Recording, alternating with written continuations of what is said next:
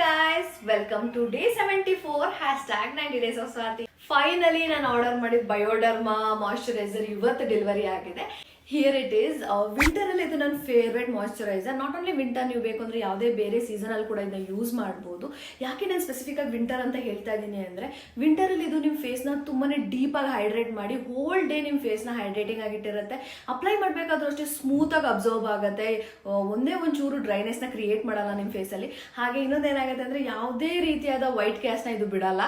So this is my favourite and sofa the best moisturiser ಅಂತಲೇ ಹೇಳ್ಬೋದು. ನನಗಂತೂ ತುಂಬಾ ಇಷ್ಟ ಆಗಿದೆ.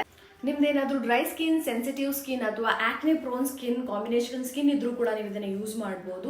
ಬಟ್ ಇನ್ ಕೇಸ್ ನೀವೇನಾದರೂ ಆಯಿಲಿ ಸ್ಕಿನ್ ಇದ್ದರೆ ಇದು ನಿಮಗೆ ಸ್ವಲ್ಪ ಹೆವಿ ಆಗ್ಬೋದು. ಆಗಲೇ ಹೇಳ್ದಂಗೆ ಇದು ಡೀಪಾಗಿ ಹೈಡ್ರೇಟ್ ಮಾಡೋದ್ರಿಂದ ನಿಮಗೆ ಆಯಿಲಿ ಸ್ಕಿನ್ ನಿಮ್ದು ಆಗಿರೋದ್ರಿಂದ ಜಾಸ್ತಿನೇ ನಿಮಗೆ ಆಯಿಲಿನೆಸ್ ಅಂತ ಅನಿಸ್ಬೋದು. ಸೊ ನೀವೇನಾದರೂ ಪರ್ಚೇಸ್ ಮಾಡ್ತಾ ಇದ್ದೀರಾ ಅಂದರೆ ಆದಷ್ಟು ಕಮ್ಮಿ ಅಮೌಂಟ್ನ ನೀವು ನಿಮ್ಮ ಫೇಸ್ಗೆ ಅಪ್ಲೈ ಮಾಡಿ. ನಮ್ಮ ಸ್ಕಿನ್ ಬೇರಿಯರ್ಸ್ ಏನಾದರೂ ಡ್ಯಾಮೇಜ್ ಆಗಿದ್ರೆ ಅದನ್ನ ಕೂಡ ರಿಪೇರ್ ಮಾಡುತ್ತೆ. ಬಿಕಾಸ್ ಈ ಮಾಯಶ್ಚರೈಸರ್ ತುಂಬ ಅಂದರೆ ತುಂಬಾ ಜೆಂಟಲ್ ಆಗಿದೆ.